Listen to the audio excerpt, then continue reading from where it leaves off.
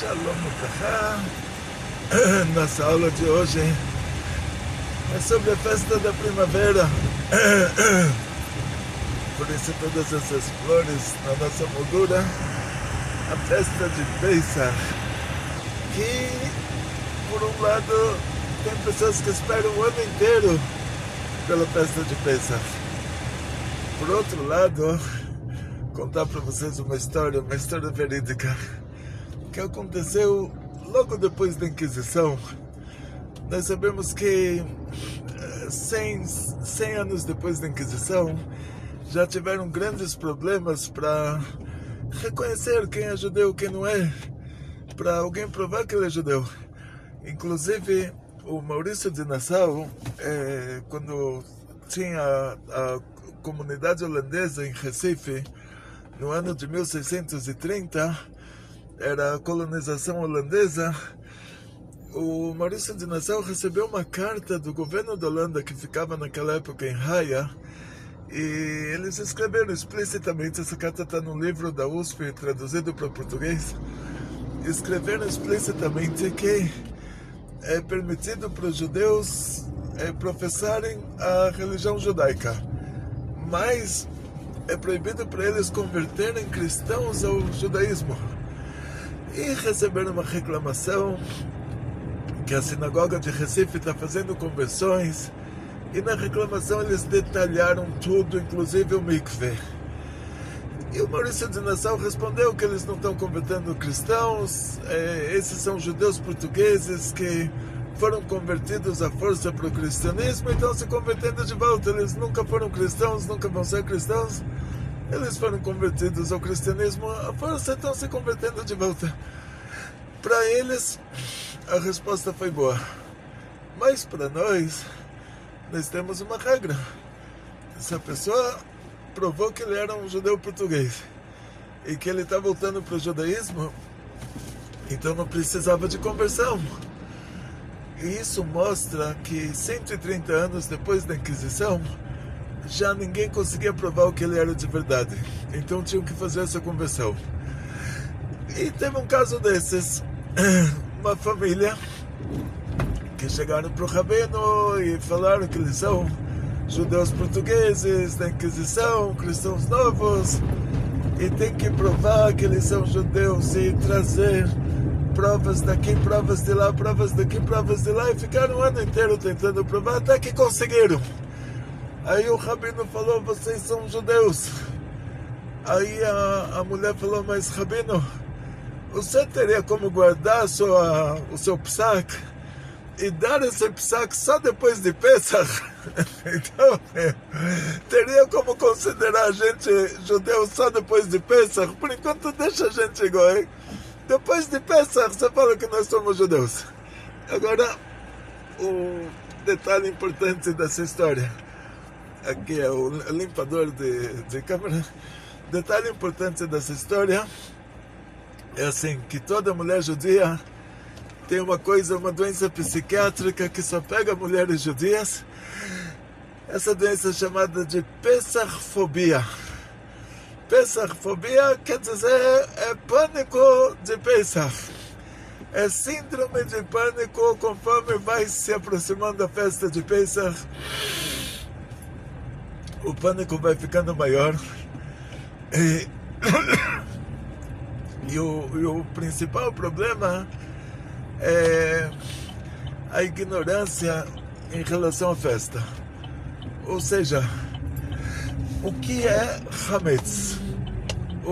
Esse Hametz que é proibido em Pesach, que agora estamos na etapa de limpar a casa, agora estamos na etapa de comprar o vinho e as maçãs.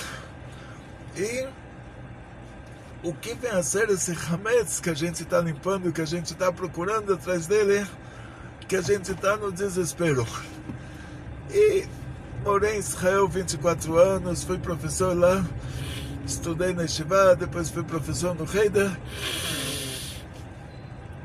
E na minha Yeshiva tinha a Rabanit Grossman, Chaya Grossman se chamava.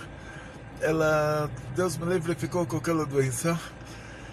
Depois ela teve um milagre muito grande, que tinha um rabino brasileiro, chamava Sister, que ele trouxe um sal do Amazonas que servia para um tipo daquela doença, deu para ela, ela ficou totalmente curada.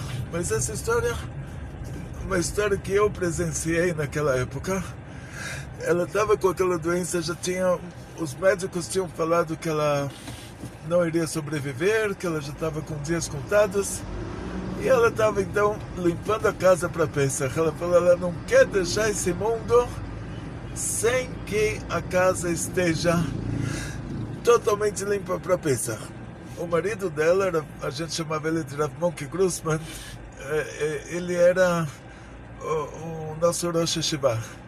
Fazemos perguntas de Gemara para ele, e eu estive na casa dele, e ele explicando para ela uma rabanit, que você imagina, o marido dela é o Rosh Hashiva, e ele falando para ela, não precisa limpar a janela, porque pó não é chametz, poeira não é chametz. Ela falou, olha, desculpa, você pode falar isso, mas não tem como. Uma mulher judia chega a Pesach, ela limpa a janela. Ela começa pela janela. Ah, mas pó não é chametz. Todo mundo sabe que pó não é chametz. Ela sabe que pó não é chametz. Mas ela não tem como. Ela é obrigada a limpar a janela. Então ela esfregou a janela. E imagina toda a força da pessoa, a pessoa já não tem mais forças, o médico falou que ela iria falecer, e ela está colocando todas as últimas forças dela na janela. Nesse mérito, depois a gente fez um milagre, apareceu o Rav Sister, morava em Ludo, eu conheci ele pessoalmente, ele trouxe um sal do Amazonas, não me lembro, a gente não sabe o que era isso, de onde ele conseguiu isso, que curava um tipo de CA, e era o tipo dela. Ele conseguiu curar ela. Essa história que eu estou contando para vocês é da época que eu era Bahur Neshivá, 1980 e qualquer coisinha. Mas a moral da história, quer dizer, o marido era no Rosh Hashiva, ele falou para ela, olha, não precisa limpar a janela para Pesach. Ela falou, não adianta falar para uma mulher judia, mesmo que ela está à beira da morte, e a última coisa que ela vai fazer é limpar a casa para Pesach, não adianta falar para ela que pó não é chametz, ela vai limpar a janela. Então o que a gente recomenda, graças a Deus, aqui no Brasil tem as ajudantes, e pega uma ajudante, pega uma diarista e pede para ela limpar a janela, quer dizer, não vai você... que você não tem toda essa experiência. Imagina uma mulher judia uma rabanit, que está ensinando a Torá,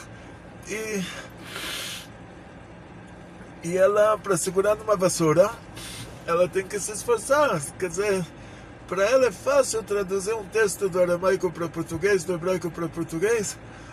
Para ela é fácil explicar uma passagem do Chumash com o Rashi, mas segurar numa vassoura, tem gente que sabe fazer isso muito melhor do que ela.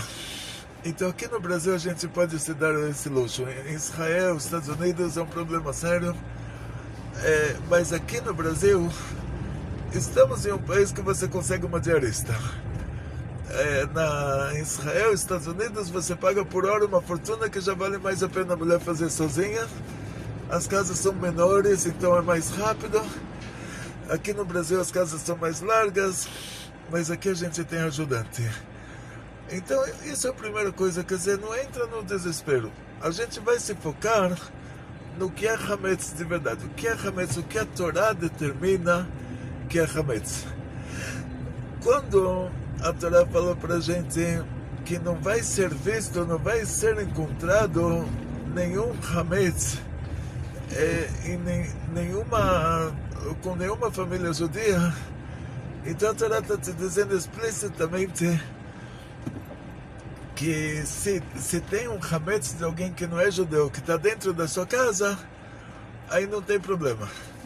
Então a primeira coisa que a gente vai fazer, já abriram no site do Chabad, no site da Morashá, você vai vender o seu hametz para alguém que não é judeu. Então você vai dar lá, vai entrar no site, preencher seus dados na venda de hametz do site, e você vai dar autorização para o rabino para ele vender o seu hametz para alguém que não é judeu. E a venda do hametz, ela é de acordo com o lugar onde você vai estar em Pesach, o fuso horário que você vai se encontrar.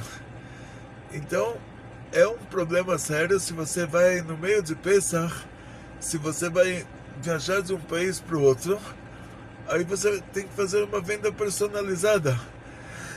Porque uma venda normal em qualquer site, eu vendo meu hametz em São Paulo. Aí no site do Chabad, tem até um site do Chabad que você pode escolher a cidade onde você mora. Mas eles não te dão a opção de falar, olha, eu vou começar o meu Pesach em São Paulo, ou vou terminar o meu Pesach em Israel. Ou vou terminar na Austrália, ou vou terminar em outro fuso horário dentro do próprio Brasil. Essa opção eles não te dão. Então, de uma maneira geral, uma pessoa que mora numa cidade, que ele vai fazer o Pesach inteiro no mesmo fuso horário, quer dizer, mesmo se ele vai passar um pouquinho no interior, mas ainda está dentro daquele fuso horário, então ele começa o Pesach em São Paulo, depois ele vai no Hol HaMoed, ele vai para o interior, mas ainda está dentro do fuso horário, quer dizer, não é que mudou uma hora já no fuso horário. Então ele vende o hametz dele no site de acordo com o fuso horário de São Paulo. Essa venda é válida, como hoje em dia você faz qualquer compra e venda pela internet. Antigamente se tinha dúvidas em relação a isso, mas se apoiava nisso, que você pode dar um mérito para alguém pelas costas, tipo, eu vendo o hametz da minha sogra, eu só aviso ela depois que eu já vendi. Porque fazer uma coisa boa você pode fazer pelas costas. Você pode passar na casa de alguém, jogar dinheiro dentro da casa dele. Mas para tirar dinheiro dele, aí você tem que ir para um tribunal. Então, fazer uma coisa boa, quer dizer, vender o hametz de alguém para o goi antes de Pesach, vender para alguém que não é judeu antes de Pesach, que isso é um assunto religioso. Aí, mesmo que você está vendendo uma coisa de alguém, mas você está vendendo uma coisa, o hametz de um judeu, que na hora que entrar Pesach, esse hametz vai... imagina assim, Deus me livre a comparação da coisa. Imagina que uma pessoa comprou uma Coca-Cola, mas a fábrica, não sei, não vamos falar Coca-Cola, não vamos dar nomes, comprou um refrigerante qualquer. E depois a fábrica anunciou que aquela garrafa com aquela numeração era uma garrafa de veneno. E a pessoa que tinha comprado, ele não pode usar porque outro vendeu aquela garrafa dele. Então esse mesmo raciocínio nós vamos aplicar em relação ao hametz em Pesach. O hametz em Pesach, ele é um veneno. Ou seja, está escrito que a pessoa que tem hametz em Pesach, Deus me livre, o Tribunal Divino fez um milagre, encurta a vida dele. Então, quando você vende o hametz de alguém, aí você está fazendo um favor para ele.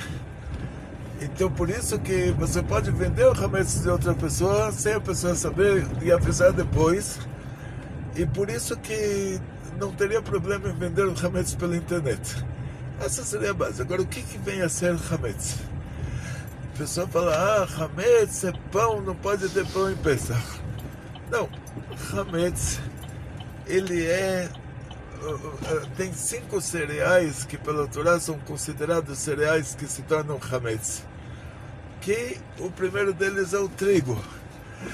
O trigo, você vai fazer deles a matzá de Pesach. E então você vai moer o trigo e misturar ele com água, só que dentro de 18 minutos ele tem que estar assado ele é um trigo que ele não fermentou, que é uma massa que não fermentou. Então, todo o tempo que esse trigo molhou e ainda não se passaram 18 minutos, então ele não fermentou. Agora, se o trigo foi lavado, então acabou, ele já é um trigo fermentado.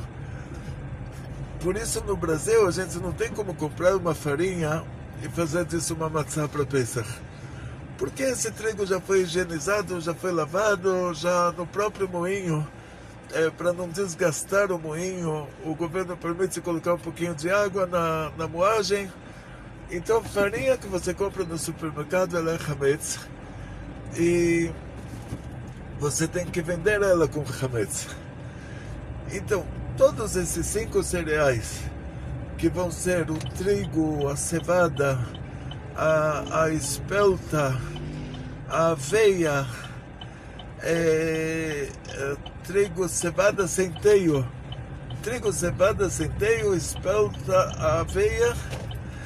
Então, o que a gente mais usa é trigo e aveia, né? Centeio, ainda tem gente que compra pão de centeio. Cevada é a cerveja, o whisky, que você fala, pera, mas whisky não é pão, mas cerveja não é pão, mas cerveja é tão chametz quanto pão.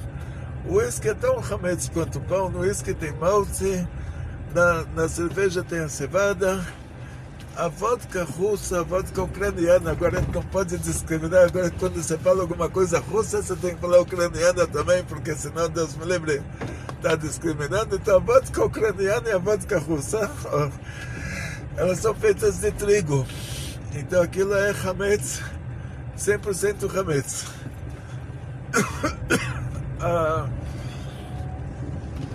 Vai ter uma marca de vodka brasileira que ela vai ser permitida, porque ela é feita de cana-de-açúcar. Então, aí vocês vão na lista bdk.com.br, bka.com.br, e tem lá os produtos liberados para Pesach. Na lista do BDK vai ter uma vodka, mas não imagina que a palavra vodka quer dizer coisa que é Pesach. A vodka brasileira, algumas são feitas de açúcar, de cana-de-açúcar, mesmo que o nome dela é vodka, mas ela não é uma vodka de verdade, é uma pinga sabor vodka. Esse que é o detalhe. Vodka de verdade é um destilado de trigo e batata. Aquilo é vodka de verdade. É como você falar assim, whisky de cana-de-açúcar. Então, no Brasil tem vodka de cana-de-açúcar, é uma pinga que se passa por vodka, mas ela está liberada para Pesach na lista do BDK, tem o nome dela lá. Agora, whisky de cana-de-açúcar eu não vi. Em outras palavras, quando você fala sobre trigo, você está falando sobre qualquer derivado de trigo, quer dizer, uma balinha ou não sei, qualquer coisa que tem lá algum amido de trigo, qualquer coisa que tenha um amido de aveia, amido de cevada, qualquer derivado. Imagina que uma pessoa ele tem alergia para glúten e ele vai comprar um refrigerante e ele tem que verificar se esse refrigerante tem glúten. Então, a proibição do chametz em Pesach, ela está nesse nível. Quer dizer, qualquer traço de chametz, qualquer derivado de chametz, qualquer derivado de trigo, aveia, cevada, centeio, espelta, trigo, cevada, centeio, aveia, espelta, tá bom? 5 cereais, qualquer derivado, qualquer coisa que um alérgico sentiria, isso já é considerado chametz. A Torá proibiu o chametz em Pesach, um decreto divino. O motivo espiritual por trás disso, que tudo que tem aqui nesse mundo está ligado a forças ocultas, está ligado a ramificações das 10 sefirot lá em cima, a combinações entre essas ramificações, e tem coisas que chega uma época do ano, essa combinação se torna um curto-circuito espiritual. Ou seja, conforme Hashem, Deus, vai criando e recriando o mundo, diz a Kabbalah, que o jeito que Hashem cria o mundo, ele recria o mundo a cada milionésimo de segundo, a cada instante Hashem está criando o mundo de novo. Ou seja, esse mundo não é tudo que a gente chama de religiões aqui, que eles comparam a criação do céu e a terra como o artesão que fez o artesanato. Depois que o artesão fez o artesanato, ele morreu e o artesanato continuou. Você vê isso explicitamente no cristianismo, que na mitologia cristã, Deus criou o mundo e ele não sabia o que estava acontecendo no mundo, quer dizer, não tinha nenhuma interação. Aí ele nasceu como uma pessoa, então já não tinha Deus no céu, não precisava mais de Deus. Deus criou o céu, já não precisava mais dele. Aí depois mataram Deus aqui na terra, aí ficou o céu e a terra sem Deus, mas aí ninguém precisava, 3 dias não precisou de Deus. Aí ele voltou para o céu, tipo, pela história, pela mitologia que eles te contam, você entende que o raciocínio deles é que Deus criou o mundo como o artesão que fez o artesanato, e depois ele pode morrer 3 dias e o mundo continua existindo, não tem problema. Quer dizer, a história da criação do mundo em todas as religiões, né, ela tem esse denominador comum, que eles comparam a criação do céu e a terra a um artesão que fez o artesanato. Depois disso ele pode morrer, ele pode não estar no lugar, e aquele artesanato continua existindo. No nosso caso, não é assim. A gente que é a religião verdadeira, a gente sabe que Deus está criando a cada instante o mundo novamente. Ou seja, existe uma vitalidade espiritual que a cada momento Ele está fazendo o mundo existir novamente. E essa vitalidade espiritual, ela tem sincronizações. E quando chega essa época de Pesach, a Torá fala que a gente não pode ter Hametz. Então, quer dizer que essa sincronização, se a gente tiver Hametz, e principalmente, Deus me livre, se a gente comer o Hametz, que não seja por motivo de perigo de vida, o motivo que a Torá libera, aí dá um curto-circuito espiritual. E sendo que nós estamos recebendo a nossa vitalidade lá de cima, então a nossa vida vai ficar mais curta. Ou seja, a gravidade de se comer Hametz em Pesach, ela está nesse nível. Por isso a gente vai, em primeiro lugar, vender o Hametz para alguém que não é judeu. Que aí essa pessoa que não é judeu, é permitido para ele comprar o nosso Hametz, ele não vai ter a proibição de ter o Hametz, e vai ficar assim, dessa maneira. Já estamos agora no Butantan, perto da nossa instituição, aqui já, hoje que eu estou com um biscoitinho, mas aqui o sistema, o pedágio já é mais, como se fala, não sei uma palavra em português, mais sofisticado. Eles te colocam umas bolinhas no farol e já está escrito R$2, quer dizer, valor mínimo de doação, e a gente participa de acordo com o pedágio. Já está aqui. E agora quem vai ganhar essas balinhas? Opa, muito obrigado. Agora quem vai ganhar as balinhas? Agora eu chego no coelho da tarde, o guarda na portaria já fala: balinha, balinha. Ele já sabe que tinha faróis no meio do caminho e tinha os pedágios, e que o rabino já trouxe as balinhas. Mas se fosse em Pesach, eu não poderia fazer isso, E esse é o detalhe importante. Se sem Pesach, o máximo que eu vou poder fazer é falar para essa mulher: tá aqui R$2 de presente para você, eu não quero a sua balinha não é minha, tira a balinha do vidro, do espelho antes de eu te dar o dinheiro, pega a balinha de volta para você, porque pela tradição regional, na hora que eu dou os R$2 para ela, a balinha que está no espelho é minha. Então eu falo para ela: primeiro tira a sua balinha do espelho, pega de volta para você, a balinha é sua, e tá aqui os R$2 de presente, não estou comprando a sua balinha. Assim, Pesach vai ter que ser assim. E, ou seja, tem que deixar bem claro, se você vai para um hotel em Pesach, que eles têm aquelas, no frigobar, tem um biscoitinho, tudo, tem que deixar bem claro que o biscoitinho não é seu, você não está comprando, o que você está pagando, você não está pagando pelo biscoitinho. Ou seja, pensa, você tem que deixar bem claro que você não tem nada a ver com Hametz. Você quer dar alguma coisa para uma pessoa comer? Eu já falei para minha esposa que vou comprar biscoitinho de arroz que o BDK libera. Na lista de Kasher Pesach do BDK tem biscoitinho de arroz. Então, para Pesach, as pessoas no pedágio vão receber biscoitinho de arroz. Eles vão falar: uau, o Rabino comprou uma coisa tão cara.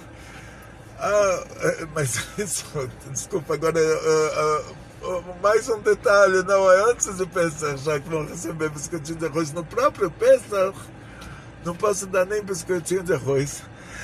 Porque tradição dos Ashkenazim, judeus europeus, e a gente é Chabad é Rússia Branca, Belarus hoje saiu da moda por causa da guerra da Ucrânia, né? Eles estão lá, hoje a Ucrânia ficou famosa, Belarus ficou o cúmplice da Rússia. Chabad originalmente é da Belarus, antes do Putin, antes do Putin. E então nós somos Ashkenazim, somos judeus europeus. A Rússia, infelizmente, fica na Europa também. Então a gente não pode comer arroz em Pesach. Se a Rússia ficasse no Oriente Médio, né? Agora eles estão se expandindo para a Síria, mas agora já não adianta mais. A Rússia originalmente é um país europeu. Então nós temos a tradição de não comer em Pesach o que a gente chama de kitniot. Kitniot são grãos, ou seja, arroz, feijão, milho, soja. Então a gente não pode comprar para Pesach óleo de milho, óleo de soja. E então não vou poder dar biscoitinho também no meio do caminho. Não vou poder dar biscoitinho de arroz, vou ter que comprar então umas maçãs ou algumas frutas. Não sei, banana é melhor, porque a maçã é difícil de mastigar. Então, para Pesach, cada mendigo no pedágio vai ganhar uma banana do Rabino. Vão se preparando. O Rabino vai distribuir bananas de Pesach. Chegamos na nossa instituição e ontem, eu sem querer, fui tirar o telefone, eu mexi no botãozinho de desligar. Mas agora chegamos na nossa instituição e vamos com toda a delicadeza. Tem aqui o nosso querido Hillel, diretor das diretoras, sem mexer no botãozinho de desligar. O Hillel vai tentar mostrar para vocês hoje. É porque pressionou o botãozinho aqui. Ontem foi sem querer. Shalom Ubrahá. O nosso rabino aqui, acidentalmente, numa aula, ele pressionou o botãozinho aí, não gravou a última parte. Nós estamos aqui com quem? Oi, Shalom Ubrahá, que bom que deu a participação aqui nessa aulinha. Queria avisar vocês que Pesach está chegando, então assim, tem bastante conteúdo no nosso site, tem bastante aulas sobre Pesach, o mês de Nissan que está chegando no nosso canal no YouTube. Por favor, acessem e coloquem as perguntinhas lá no Amigos da ONG. Quem não for amigo da ONG, vem para cá, ser amigo da ONG também. fazer parte de um grupo fechado no WhatsApp, onde o Rabino vai, você faz as perguntas, o Rabino responde em áudio. Então, assim, vem pra cá. E um Pêssar muito feliz para todos nós. Eu acho que tá travando. Tá travando, será? Travou? Tá não, deve ser alguma... E, bom, então tá. Então, vem ser amigo da ONG, vem fazer parte do nosso grupo fechado no WhatsApp. Perguntas e respostas, o Rabino faz tudo no grupo fechado, tá bom? É só colocar lá, ele responde. Manda um WhatsApp pra gente que a gente explica direitinho pra você como que faz parte, tá bom? Na descrição do vídeo aqui também tem Pix pra você fazer a doação pra nossa ONG, pra ajudar o nosso canal. O contato, para você entrar em contato conosco, também tá na descrição do vídeo, tá bom? Um beijo para todo mundo e Shalom Uvrahá. Amém. Oba, agora vamos para o principal. O secundário. O principal é você. Gente, Atzlachá, Briut, Panasá, Bechefa, muito sucesso, muita saúde, muito dinheiro, muitas felicidades, muita alegria. Amém. Bekoltov. E muita alegria novamente.